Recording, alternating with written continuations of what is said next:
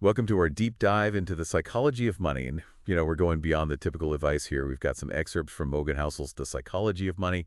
And it seems like you want to get to that deeper level, the why behind our decisions with money, the hidden forces at play. It really is fascinating how psychology impacts our finances, way more than we might think. Right. We like to believe it's all logic and spreadsheets, but, well, there's a whole lot more going on under the surface. Absolutely. Our experiences, our emotions, even just how we see the world all tie into it. Housel kicks things off with a story about, well, a tech genius. You know the type.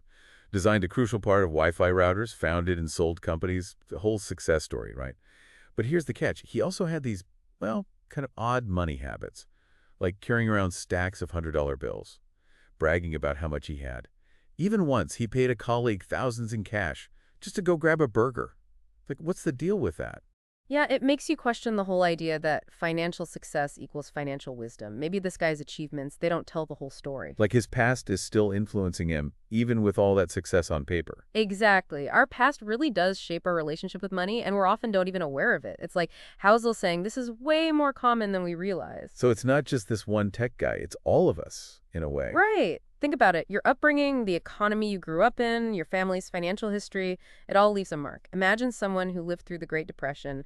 Their decisions with money would look totally different from someone who grew up during, say, the tech boom. Totally. It's like different financial rule books based on where you come from. Makes you wonder how much of what we do with money is really rational and how much is, well, deeper stuff we might not even see. Which kind of leads to another point Housel makes, this tricky relationship between luck, risk, and how much control we actually have. He brings up Bill Gates, who happened to go to one of the only high schools with computer access back then. Pure skill or just being in the right place at the right time. Hard to deny that luck played a huge role there. Think about it. Millions of kids, just as smart, just as driven as Bill, but they didn't have that chance. Success, it's often a mix of talent and timing, personal effort with the right circumstances. He also talks about John D. Rockefeller, the oil guy. Made a fortune, but, well, he bent the rules, even broke the law sometimes. Got away with it, but how many others tried something similar and faced the consequences? Makes you think about risk in a different way. It does. We tend to focus on the outcome, labeling a decision as good or bad based on the result. But the line between being bold and being reckless, it's thinner than we realize. We often underestimate how much is actually outside our control, especially when it comes to money. So, okay, if luck and risk are such big factors, how do we even make good decisions? Knowing all this, what do we do? Well, I think it starts by admitting we don't have as much control as we like to believe. That might sound discouraging, but honestly, I find it empowering. It brings in humility, less overconfidence, pushes us to make smarter choices because we're not assuming we can just predict everything. Makes sense. Stay grounded, stay flexible, roll with the punches. This actually connects to another idea from the book, The End of History Illusion. This whole idea that we reach some final version of ourselves, like we stop evolving at some point. What does that have to do with money, though? Oh, it can be a huge trip, especially when we're talking about long-term financial goals like retirement planning. We assume our preferences, our priorities, even how much risk we're comfortable with, that it'll all stay the same. But things change. What if we get a promotion, start a family, have some big life event? Locking ourselves into a super rigid financial plan based on who we are today, it's almost guaranteed to backfire. It's like that kid who's dead set on being an astronaut at age 5, right? Some might stick with it, but most, well, they find new passions along the way.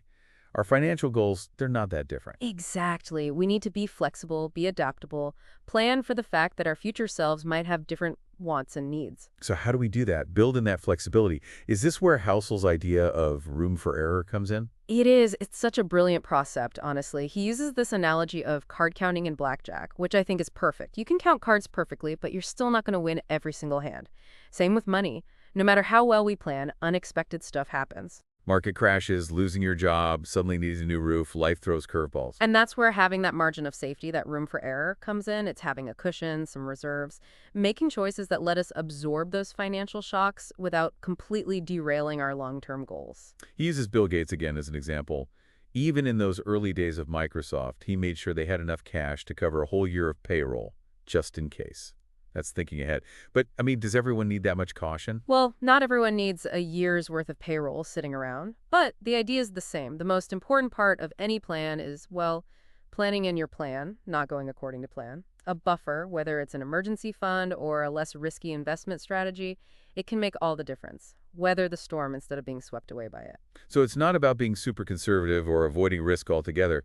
It's about knowing that uncertainty is just part of life and making sure we can handle it. Exactly, giving ourselves the flexibility to stay in the game even when things get tough. Which actually brings us to another big concept from the book, the idea that returns, those investment gains we're all hoping for, they always come with a price. And that price is usually, well, volatility, uncertainty, the market going up and down. Right, there's no such thing as a free lunch, right? Especially with money. Trying to get around volatility, finding those shortcuts, well, it often ends up costing way more in the long run. If it sounds too good to be true, it probably is.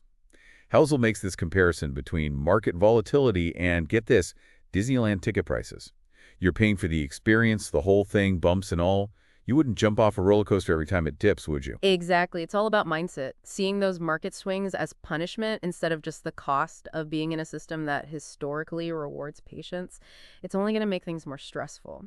And that stress, it can lead to bad decisions. So it's not about avoiding the dips, it's about accepting them as part of the ride. Speaking of narratives, though, Housel ends this section by talking about how the stories we tell, almost like these collective myths, they shape how we see economic reality. He uses this example of an alien visiting Earth in 2007 and then again in 2009. Right. And to the alien, everything seems the same. The buildings, the technology, everything. Except now, the economy's a mess. The only thing that really changed. The story we were telling ourselves. So 2007, it's all about booming housing market, endless growth, housing prices never go down. And by 2009, that story's completely fallen apart. People lost faith, defaults went through the roof, lending stopped, and boom, the whole thing spirals. Shows how powerful these narratives are, how what we believe can actually become reality, whether it's actually true or not. Like a mass placebo effect, but for the entire economy. If enough people believe something, it can become true even if the underlying reality is different. Kind of unsettling when you think about it. Our financial well-being influenced by something as intangible as a story.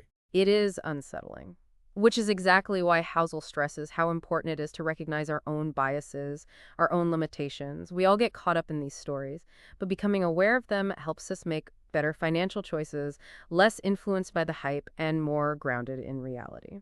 You know, it's interesting how Housel talks about those generational experiences, how they shape our whole view of money. Like someone who lived through the Great Depression versus, say, someone who came of age during the dot-com boom in the 90s, their understanding of risk would be totally different. Yeah, if you saw your family lose everything in a crash, I bet you'd be a lot more cautious with investing. Exactly. And it goes beyond just investing. It affects how we think about spending, saving, even debt. So for someone who grew up with high inflation, holding on to cash might feel riskier than putting money into, say, real estate or gold, because they've seen how cash can lose its value, right? Right. What might seem irrational to one person makes perfect sense when you consider their background, what they've lived through. It's a good reminder that there's no one-size-fits-all when it comes to personal finance. Judging someone's choices without knowing their story, well, it can be really misleading. And this actually ties back to that end of history illusion we talked about, that idea that we've become our final selves, no more changes. How does that play into financial planning? Oh, that illusion. It's so powerful and potentially dangerous too, especially for long-term decisions like retirement. We tend to project our current situation into the future, assuming our income, our spending, our comfort with risk, that it'll all just stay the same. But what happens when things change? A promotion, starting a family, any major life event, it can throw things off. It's like assuming that kid who wants to be an astronaut at 5 will still feel the same way at 25. We change, our priorities change, but we often make these rigid financial plans that don't account for that. Sounds like a recipe for disappointment, doesn't it? Absolutely. We need to build in flexibility, adaptability, acknowledge that our future selves, they might want different things. So how do we actually do that? Does this tie back to room for error? It does. Having a cushion, saving more than we think we need, avoiding too much debt, it gives us more options when life throws those curveballs. It's like diversifying, but not just our investments, our whole approach to life and money. I agree. The more options we have, the less likely we are to feel stuck on a path that's not working anymore. Housel, he doesn't give us a step-by-step plan, but there's a lot of wisdom there. He talks a lot about the power of saving, but not just in the traditional sense. He says building wealth, it's not just about earning a lot. It's about the gap between our income and our ego. That's such an important distinction. It's not how much we make, it's how much we keep. And that often comes down to our spending habits, which, as Housel points out, are often driven by ego wanting to impress others, keep up appearances. He calls it peacocking, right? Right, and I mean, enjoying nice things, there's nothing wrong with that. But it's worth asking ourselves, what's really driving those purchases? Are we genuinely happy, or are we just trying to keep up with the Joneses? Exactly. Mindful spending, it's not about deprivation, it's about intention. Before we buy something, maybe pause and ask, does this actually bring me joy, or am I just trying to impress someone? So to build wealth, got to put those peacock feathers away and focus on aligning our spending with what really matters to us. What about saving, though? How does that fit into this bigger picture of financial well-being? Household describes it beautifully, I think. Saving, it's like building a financial fortress. That sense of security, of freedom, knowing we have a buffer for the unexpected, that we can pursue opportunities, live life on our own terms. That freedom and security, it's crucial, especially in a world that feels so unpredictable these days. But saving's only one part of the equation. What about investing? How does that fit into Housel's philosophy? He's all about the long game, being patient. He emphasizes the power of compounding, which, for those who might not be familiar, it's the idea that our returns generate their own returns, like a snowball effect. The longer we stay invested, the more powerful it becomes, right? Right. Time is the key ingredient. So resisting the urge to react to every market swing, focusing on the long term, that's how we can really benefit from compounding. It's like Housel uses that Disneyland analogy again, right? We pay the price of admission, knowing there will be ups and downs along the way. Perfect analogy. You don't get off the ride every time there's a dip. You enjoy the whole experience, knowing those bumps are part of it. Investing, it's the same way. So market volatility, it's not a reason to panic. It's the price we pay for the potential of long-term growth. Are there any specific strategies Housel recommends for navigating those ups and downs? He's not a fan of trying to time the market or picking individual stocks, unless you're a professional. He suggests a more diversified approach, index funds in particular. They're simple, effective, a good way to participate in the market's growth without having to pick winners and losers. Index funds, they basically track a whole market index like the S&P 500, so you're spreading your investment across hundreds of companies, right? Exactly. Less risk, and you can potentially benefit from overall market growth. Which is a great reminder, especially these days with social media and all these financial influencers. It's easy to get caught up in chasing returns, comparing ourselves to others. It's like everyone's playing a different financial game with different goals, different levels of risk they're comfortable with. I couldn't agree more. With everyone posting their highlight reels online, it's easy to fall into that comparison trap. But what works for one person might not work for another. We need to define our own financial game with our own rules and strategies. So instead of trying to keep up with the Joneses or chasing the latest fad, focus on what truly aligns with our values, our long-term goals. What else does Housel say about navigating this whole investing world? He talks about embracing the messiness of it all. Even the best investors, they make mistakes, they get things wrong, they experience losses. It's just part of the process. It's actually kind of reassuring to hear that even the experts don't have it all figured out. Takes the pressure off trying to be perfect, right? Absolutely. Striving for perfection, it can lead to fear, to not making any moves at all, and ultimately missing out on opportunities. So it's more about learning, adapting, accepting those mistakes as part of the journey. Exactly. Having a growth mindset, experimenting, and then learning from those experiences, both good and bad. So we've talked to saving, investing, managing risk, embracing imperfection. But let's not forget the big picture here, right?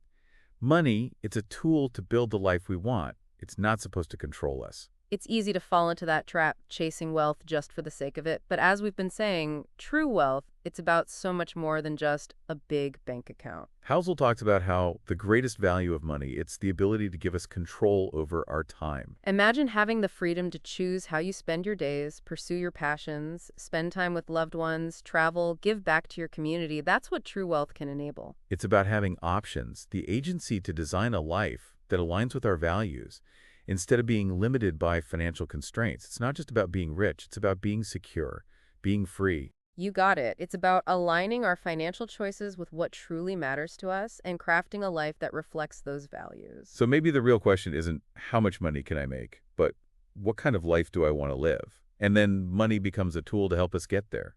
What are your thoughts on that? It's about defining our own version of success, which might look totally different from what society or social media tells us it should be. It's about creating a financial plan that supports our own unique goals and aspirations. Financial success, it's a journey, not a destination. And it's going to look different for everyone. Exactly. Whether it's early retirement, financial independence, starting a business, traveling the world, or just having that peace of mind to handle whatever life throws at you, it's about creating a financial reality that supports the life you want to live. You know, it's funny, as we've been talking about these excerpts, I keep thinking about how much our view of money is shaped by the stories we hear, you know, like almost these collective myths about getting rich, Yeah, it's true. We hear all these stories about risky moves, overnight fortunes, like you have to be a daredevil to make it big. like those law-breaking cocoons we talked about. But Housel, he kind of challenges that, right? He says one of the biggest keys to building wealth is actually, well, just surviving. Staying in the game long enough for all those principles we've been talking about, saving, compounding, for them to really work. He does, and he uses Warren Buffett as a perfect example. The guy's been investing consistently for like over 70 years. That's wild. But didn't he go through a period where people thought his strategy was, I don't know, outdated? I feel like I read something about that. Yeah, during the tech boom, his whole value investing thing was seen as old-fashioned. People thought he'd lost his edge. But he stuck to his guns, and eventually, well, the market shifted, and his long-term approach ended up being incredibly successful. It's a good reminder that what looks like a bad strategy in the short term, it can actually be a winner if you're in it for the long haul, as long as you can weather the storm.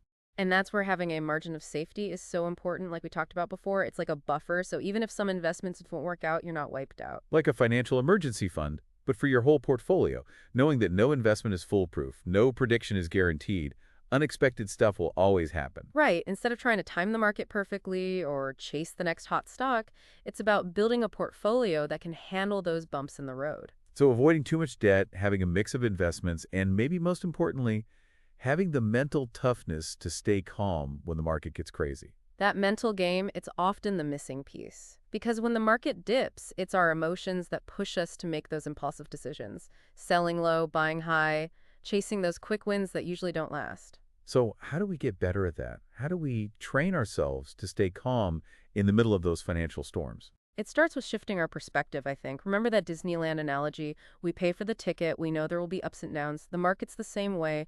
Volatility is just the price we pay for the possibility of long-term growth. So instead of seeing a market dip as a failure or a reason to freak out, maybe it's an opportunity. Exactly. Easier said than done, of course. It takes practice, patience, and that long-term view. Housel says we need to become okay with a lot of things going wrong.